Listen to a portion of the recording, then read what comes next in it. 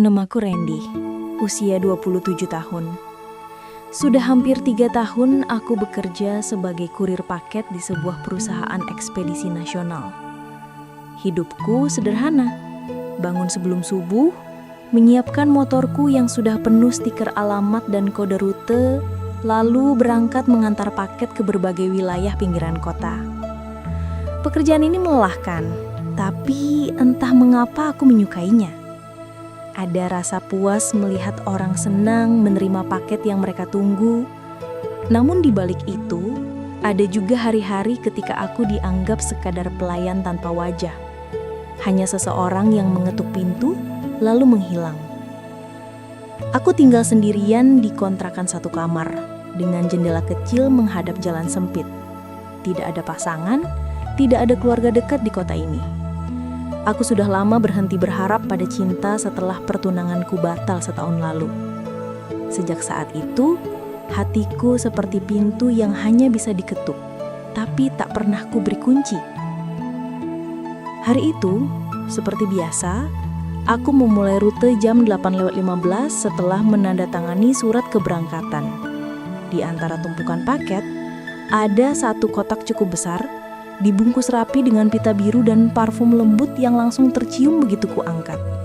Di labelnya tertulis, untuk Nadira Anindya, Klaster Lavender, Blok B2 nomor 18. Aku mengenali alamat itu. Bukan perumahan biasa, klaster elit dengan penjagaan ketat, kamera CCTV di tiap sudut, taman selalu wangi, dan halaman rumah yang terlihat seperti pemandangan majalah interior. Namun, aku belum pernah bertemu pemilik rumah tersebut. Biasanya yang menerima paket adalah satpam atau asisten rumah tangga. Aku tidak pernah terpikir siapa sebenarnya penghuni di balik alamat itu sampai hari itu. Sekitar pukul 10.40, aku tiba di gerbang klaster dan satpam mengizinkan masuk setelah memeriksa data. Aku memarkir motor di depan rumah nomor 18. Rumah bercat putih, beranda dipenuhi bunga anggrek dan tirai tipis berayun tertiup AC dari dalam. Aku menekan bel. Beberapa detik kemudian, pintu terbuka pelan. Seseorang keluar, bukan asisten, bukan penjaga. Dia, seorang wanita, anggun, lembut, dengan rambut panjang hitam tergerai, mata teduh seperti menyimpan cerita, kulitnya bersih, dan suaranya halus ketika menyapaku. "Paket ya? Untuk saya ya?" Tanyanya dengan senyum yang tidak bisa kupalingkan. Sejenak, aku kehilangan kata tapi langsung kembali profesional. "Benar Bu Nadira, mohon tanda tangan penerimaan."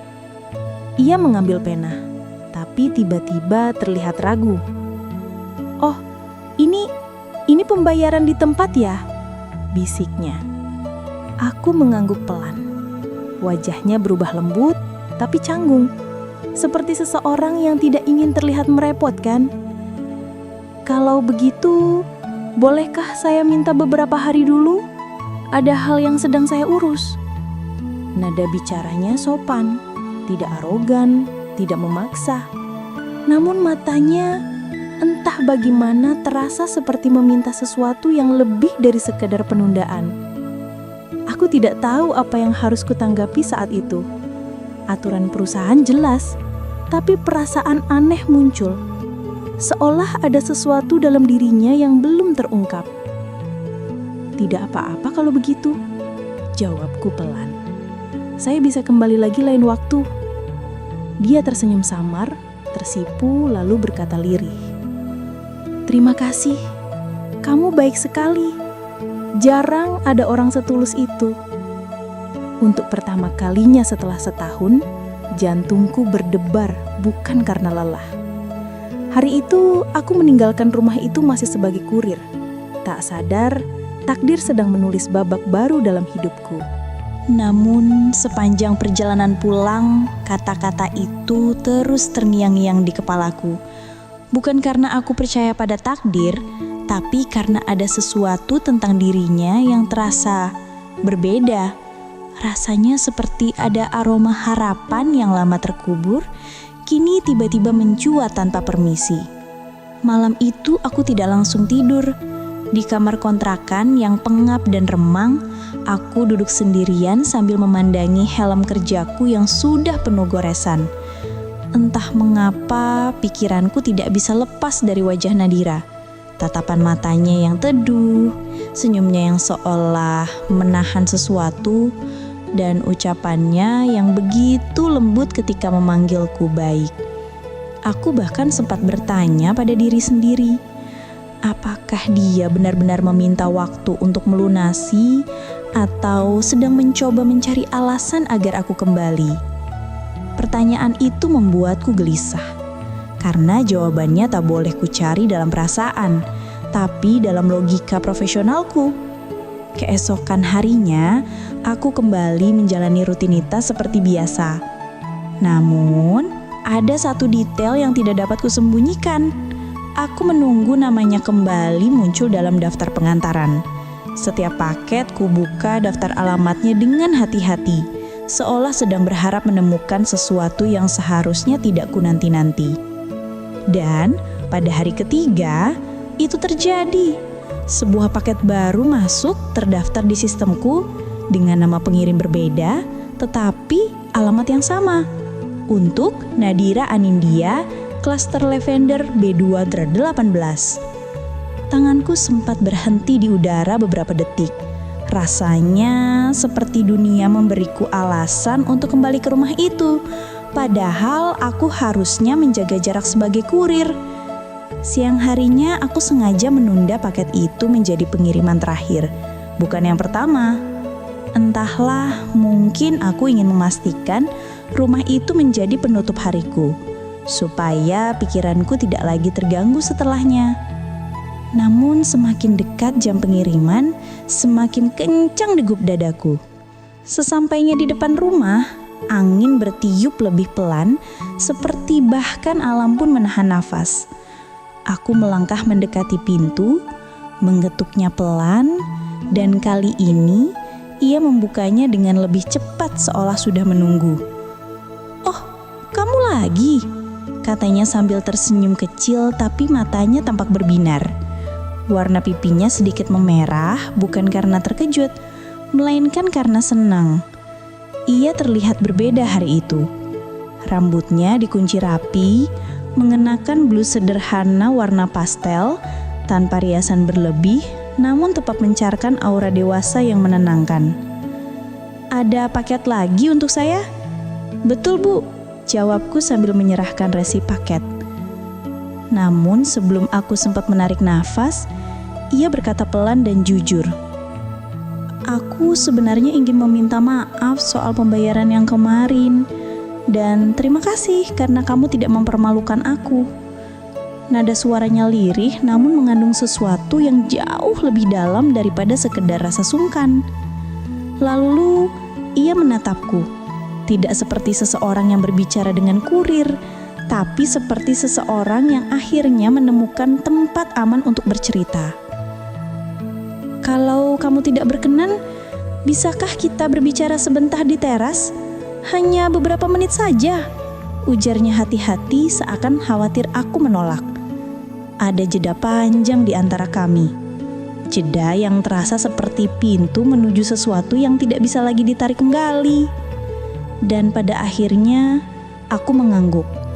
Bukan karena pekerjaanku, bukan karena paketnya, tapi karena sesuatu dalam dirinya terasa memanggil. Aku mengikuti langkahnya menuju teras rumah, di mana ada 2 kursi rotan putih dan meja kecil berisi lilin aromaterapi yang belum dinyalakan. Udara di sekitar terasa tenang, namun hatiku justru dipenuhi gelombang yang tak bisa kusebutkan namanya. Ia mempersilahkanku duduk, meski aku sempat ragu. Ini bukan hal yang biasanya kulakukan sebagai kurir, tapi tatapan mata Nadira membuatku tak sanggup menolak. Ada rasa percaya yang ia tunjukkan, seolah aku bukan orang asing. "Kamu pasti bingung ya?" katanya membuka percakapan, suaranya pelan dan nyaris seperti membelai udara. Aku hanya takut membuatmu tidak nyaman, Bu," jawabku jujur. Ia tersenyum, Tapi senyum itu tidak sepenuhnya bahagia, seolah ada cerita yang dipaksa diam terlalu lama. "Kamu bisa panggil aku Nadira. Aku masih 35. Rasanya canggung kalau terus dipanggil Bu," ujarnya sambil menunduk, jemarinya saling menggenggam gelisah. Aku hanya mengangguk, mencoba menjaga batas. Meski di dalam hati ada sesuatu yang berubah. Perlahan, ia menarik napas panjang. "Randy, aku tidak bisa membayar paket itu karena bukan masalah uang. Aku hanya tidak ingin meminta bantuan dari orang yang seharusnya tidak perlu kutemui lagi." Nada suaranya bergetar. Dari cara ia memilih kata, aku menyadari kalimat itu bukan tentang paket, melainkan tentang seseorang dalam hidupnya. "Kalau kamu tidak keberatan," lanjutnya, "bolehkah aku bercerita sedikit? Mungkin aku akan merasa lebih ringan." Aku terdiam beberapa detik sebelum mengangguk. Dan disinilah semuanya mulai berubah. Aku seorang single mother, sudah 2 tahun, tapi sampai sekarang rasa sakitnya masih tinggal di rumah ini meski orangnya sudah tidak ada. Dulu aku menikah dengan pria yang memiliki segalanya, pekerjaan, nama besar, kekuasaan, tapi aku tidak pernah benar-benar dimiliki sebagai seorang istri. Ia menatapku, perlahan, seolah ingin memastikan aku tetap mendengarkan, bukan menghakimi. Aku bertahan karena anakku. Aku berharap dia berubah. Tapi satu persatu, aku kehilangan hal yang dulu membuatku merasa hidup. Kini suaranya menurun menjadi hampir berbisik. Dan ketika akhirnya aku pergi, aku tidak membawa hatiku bersamaku. Aku menunduk. Bukan karena kasihan, tapi karena merasakan beratnya beban yang ia bawa sendirian. Mungkin seseorang sebaik dia tidak pernah mendapatkan pelukan yang sesuai dengan kelembutan hatinya. "Aku tidak meminta simpati," katanya pelan. "Aku hanya merasa aman saat berbicara denganmu. Entah kenapa." Hening beberapa detik, hingga angin sore menyentuh rambutnya, membuat momen itu terasa seperti adegan dalam film yang tidak pernah direncanakan. Aku ingin mengatakan sesuatu, tapi sebelum sempat membuka mulut, ia menatapku lebih lama. Tatapan yang tidak lagi hanya menyampaikan cerita, melainkan undangan ke dalam dunia yang tidak pernah kubayangkan. "Randy?" "Ya?" "Terima kasih karena tidak menghindar." Di balik kata itu, aku merasakan sebuah pintu kecil dalam hatinya mulai terbuka. Dan aku tidak yakin apakah aku harus masuk atau justru menjauh. Namun untuk pertama kalinya sejak patah hati dulu, aku tidak ingin pergi. Hari itu waktu terasa tidak bergerak meski sore mulai meredup. Rasanya seperti dunia sengaja menahan setiap detiknya agar aku dan Nadira tetap berada dalam ruang yang sama. Ruang yang tidak pernah kami rencanakan, tapi sama-sama enggan tinggalkan. Nadira berdiri pelan dari kursinya, menatap halaman seakan mencari jeda, lalu berkata dengan suara tenang namun syarat makna. "Randy, kamu boleh datang lagi kapanpun. Tidak harus karena paket. Aku jarang bicara dengan seseorang seperti ini. Rasanya berbeda. Aku terpaku. Ada kalimat-kalimat tak terucap yang ingin melongkat keluar dari mulutku, tapi aku tahan sebelum batas berubah menjadi ketergelinciran. Aku harus memastikan perasaan ini bukan ilusi sesaat karena kesepian. Namun, hatiku menjawabnya lebih cepat dari logikaku. "Aku tidak keberatan," balasku pelan. "Aku senang bisa bicara denganmu." Mata Nadira yang sejak tadi sembab perlahan mulai menenangkan diri. Ada pancaran hangat yang kembali hidup seperti bara kecil yang terbangun dari tidur panjang. Aku ingin membuatkan teh. Mau menunggu? Tanyanya. Aku sempat ragu, namun akhirnya mengangguk. Ia berjalan masuk, meninggalkan aroma lembut yang tak pernah kutemui di tempat lain. Wangi yang terasa seperti rumah bagi seseorang yang tak pernah memilikinya. Selama menunggu, aku duduk memandangi langit yang berubah jingga. Aku berusaha berpikir rasional, namun hatiku seakan lebih dulu melangkah. Apa yang sebenarnya terjadi padaku? Aku hanya kurir, dan dia, wanita yang baru saja memaksaku untuk mengingat kembali rasa yang kupaksa terkubur. Tak lama setelah itu, pintu terbuka dan ia kembali membawa 2 cangkir teh hangat dengan uap yang menari tipis. Tangannya sedikit bergetar saat meletakkannya di meja, membuatku sadar bahwa bukan hanya aku yang sedang terjebak antara perasaan dan ketidakpastian. Maaf kalau rasanya tidak enak, ujarnya sambil tersenyum malu.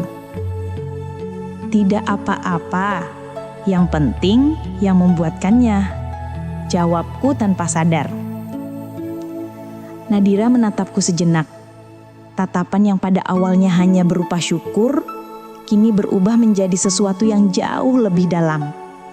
Seolah ia sedang menilai apakah aku hanya kebetulan atau seseorang yang dikirimkan kehidupan pada saat yang tepat.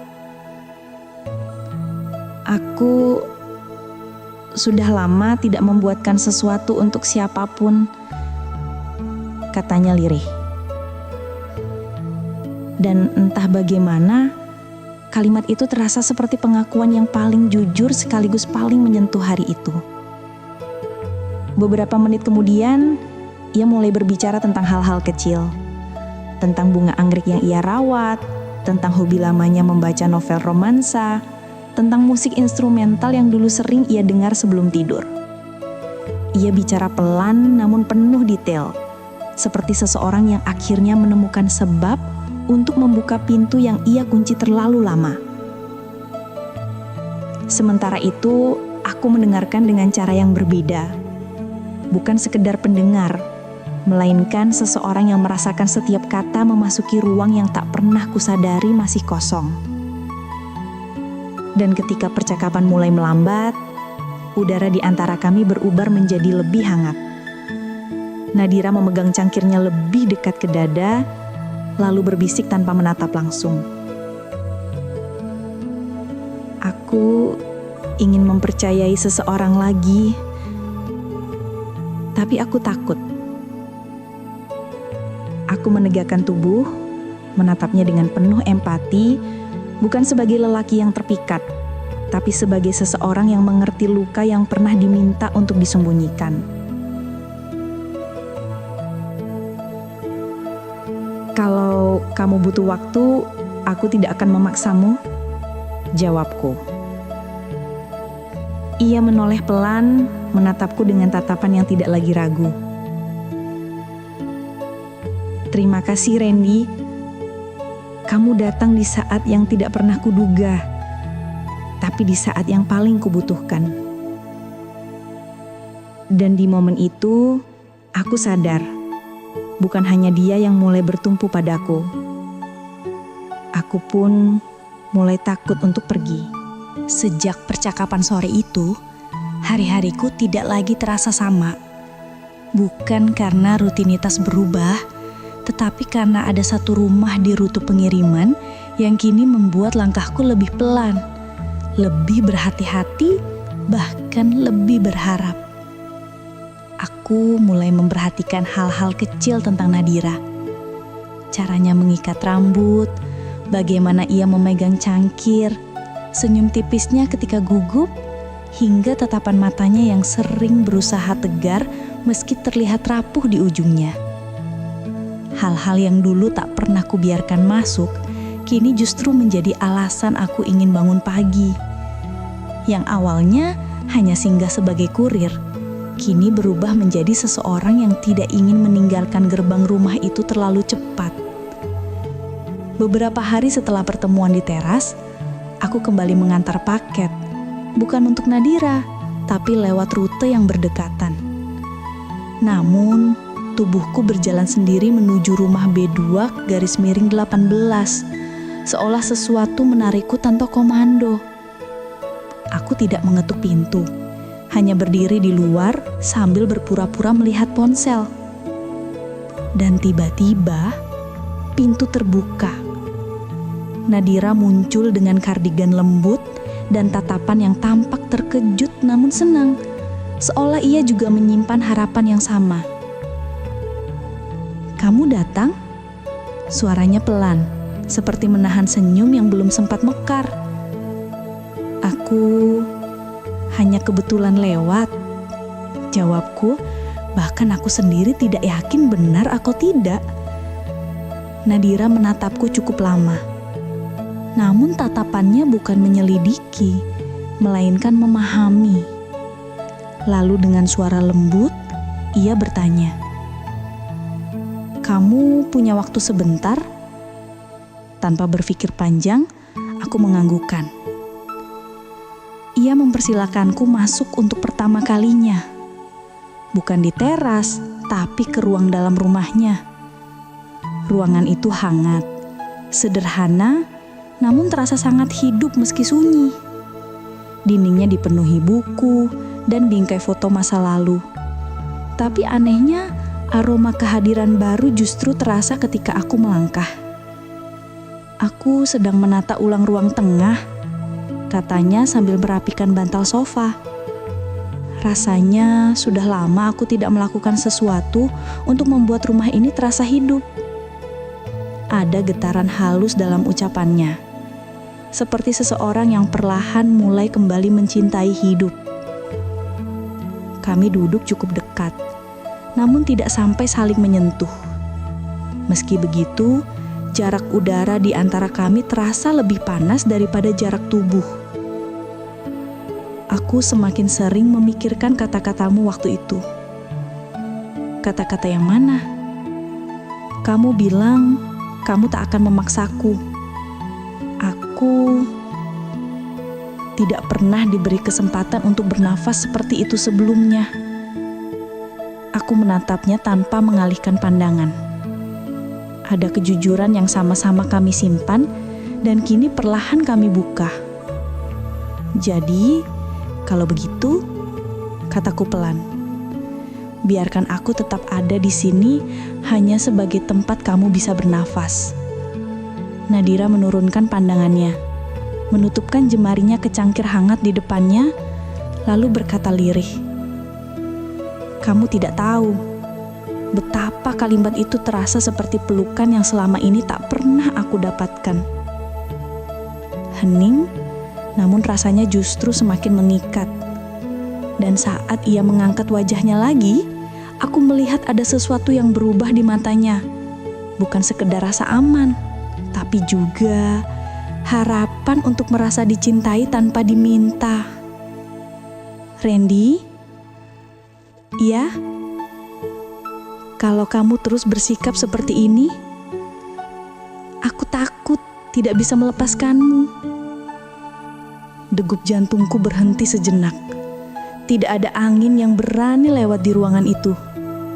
Untuk pertama kalinya sejak lama, dua jiwa yang sama-sama terluka menemukan kenyamanan, bukan dari masa lalu, tapi dari satu sama lain. Aku ingin menjawab, namun sebelum sempat, Nadira menatapku lebih dalam dan suaranya nyaris seperti bisikan.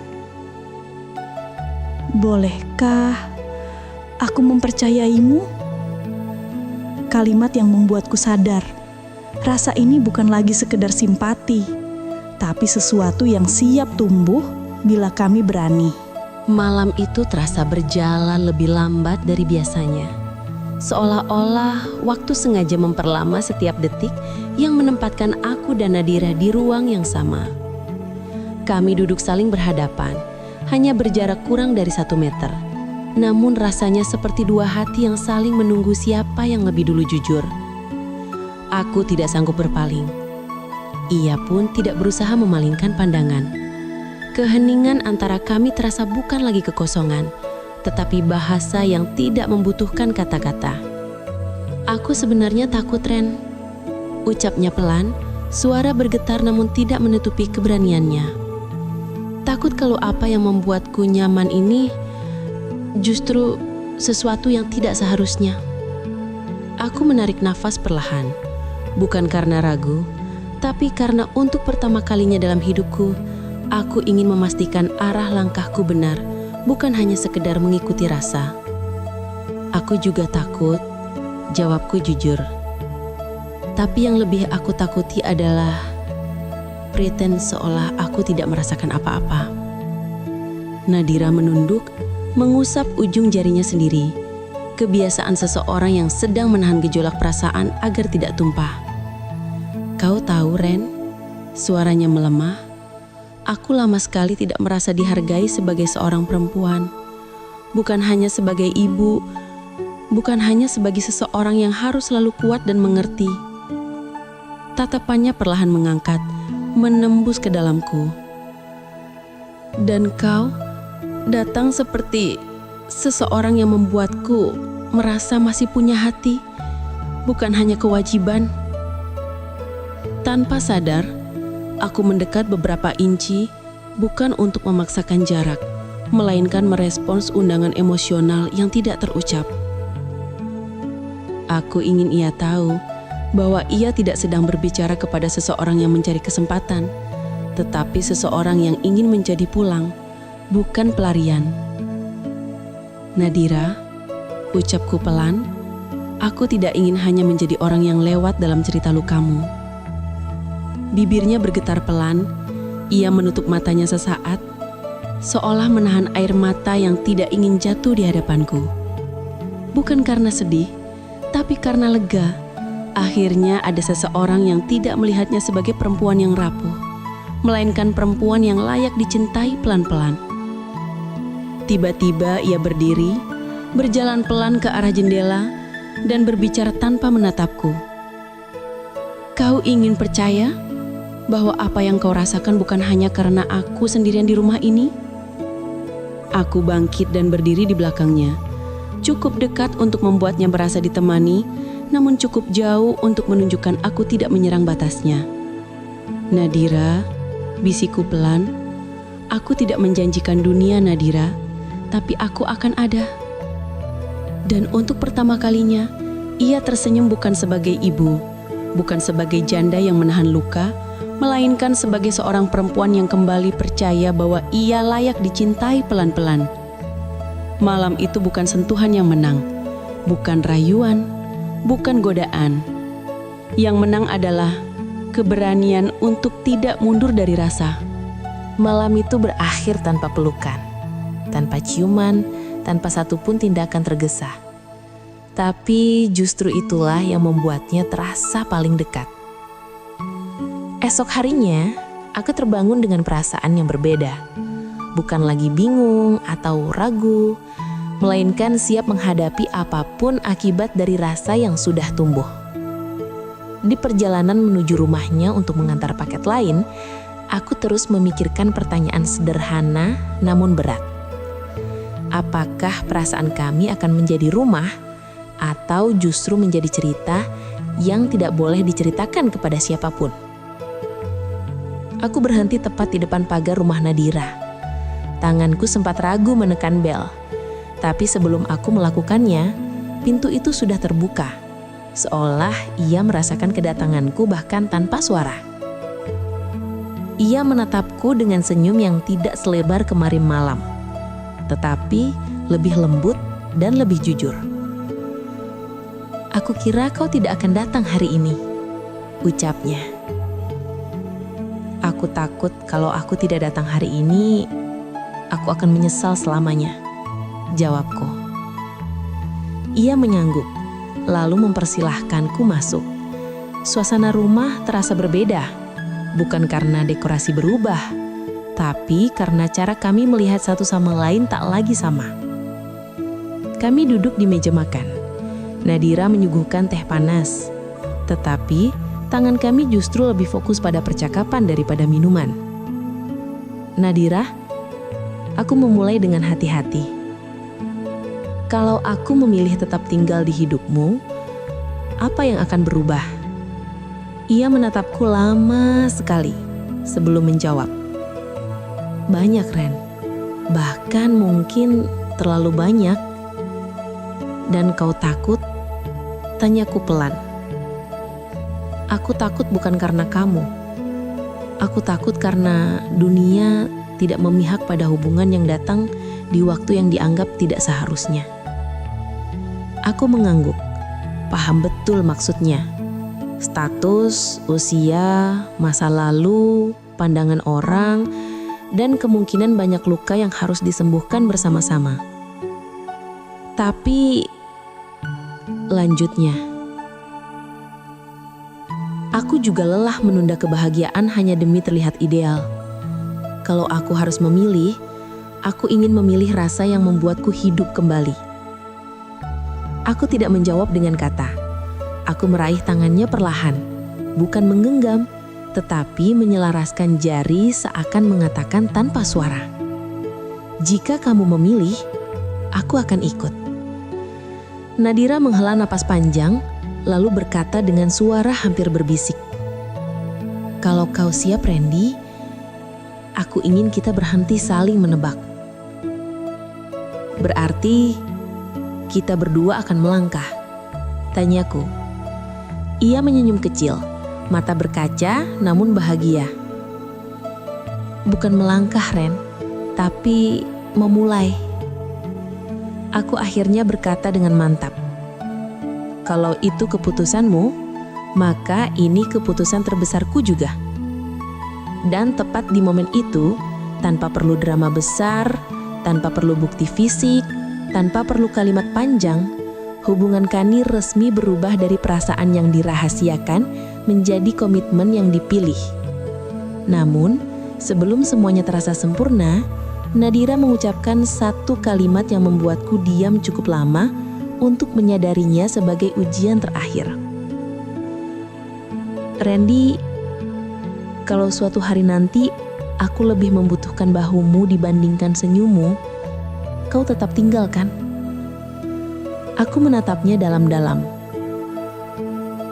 Aku datang bukan untuk membuatmu lupa masa lalu, Nadira. Aku datang untuk menemanimu sampai kau benar-benar selesai dengannya. Ia menutup matanya. Dan untuk pertama kalinya, air mata bahagia itu jatuh bukan karena kehilangan, tapi karena menemukan. Sejak hari itu, hidup kami tidak berubah menjadi dongeng mendadak indah, tetapi justru perlahan menjadi nyata dan bernilai. Tak ada janji berlebihan, tak ada mimpi muluk. Hanya dua hati yang sepakat untuk tidak saling meninggalkan meski masih harus berjalan jauh. Kami memulai dari hal paling sederhana, jujur, pelan, dan saling menjaga. Randy tetap bekerja sebagai kurir. Nadira tetap menjadi ibu yang penuh kasih dan mandiri.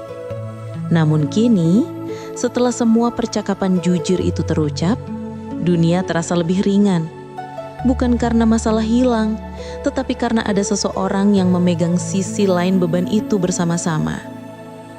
Hari itu, di sebuah sore yang tidak spesial bagi kalender, tapi sangat spesial bagi hati, Nadira duduk di balkon rumah sambil menyaksikan Raihan bermain sepeda. Aku datang bukan membawa paket, melainkan diriku sendiri, seperti yang ia minta pertama kali. Aku punya sesuatu, kataku sambil duduk di sebelahnya. Ia tersenyum. Apalagi yang ingin kamu beri? Perasaanmu sudah cukup banyak. Aku menggeleng halus, lalu mengeluarkan cincin sederhana yang kubeli dari tabungan tipis. Bukan berlian, bukan emas mahal. Hanya lingkar perak polos, tetapi penuh makna bagi seseorang yang belajar mencintai dari titik paling rendah hidupnya. Nadira, aku tidak tahu seperti apa hidup kita nanti. Mungkin akan sulit, mungkin akan ada banyak suara di luar yang tidak mengerti. Tapi, kalau kamu bersedia, Aku ingin resmi menjadi orang yang kau pilih bukan karena kebetulan, tapi karena keyakinan. Ia terdiam. Matanya berkaca lagi. Tapi kali ini berbeda. Air mata percaya, bukan ragu. Aku tidak butuh cincin mahal, Ren. Aku hanya butuh seseorang yang datang bukan untuk mengisi ruang kosong, tapi untuk tinggal. Aku tersenyum, menatapnya dengan kesungguhan yang tidak pernah sebesar itu sebelumnya. Kita tidak perlu buru-buru mengumumkan apapun, tidak perlu menantang dunia. Cukup kita tahu bahwa kita ada untuk satu sama lain. Perlahan, dengan tangan yang sedikit bergetar namun penuh kesadaran, ia menyodorkan tangannya. Kalau begitu, ini jawabanku. Aku menyematkan cincin itu. Tidak ada tepuk tangan, tidak ada pesta, tidak ada kamera. Hanya dua hati yang memilih untuk tidak lagi pulang sendirian. Raihan yang sejak tadi memperhatikan dari jauh, berlari kecil dan berkata polos, "Kalau Om Randy nanti tinggal sama kita, aku boleh panggil Om tiap hari." Kami sama-sama tertawa. Tawa yang ringan, hangat, dan merupakan tanda bahwa bahagia tidak selalu perlu ramai. Malam tiba. Tidak ada perayaan selain diam yang tidak lagi sunyi. Di depan pintu rumah ketika aku hendak pulang, Nadira menatapku dan berbisik penuh ketegasan lembut. "Terima kasih sudah datang bukan untuk menjadi sempurna, tapi untuk menjadi nyata." Aku membalas, "Dan terima kasih sudah mengizinkanku mencintai tanpa harus menjadi jawaban dari semua masa lalu." Kami tidak menutup kisah ini dengan ciuman atau adegan dramatis. Kami menutupnya dengan sesuatu yang lebih dewasa dari itu, yaitu keputusan untuk berjalan bersama. Lebih lama, lebih tulus, lebih siap. Sebab akhirnya kami mengerti, cinta bukan tentang siapa yang datang lebih dulu, bukan tentang siapa yang paling sempurna, tapi tentang siapa yang tetap tinggal ketika yang lain memilih pergi. Dan pada akhirnya, kami saling tinggal.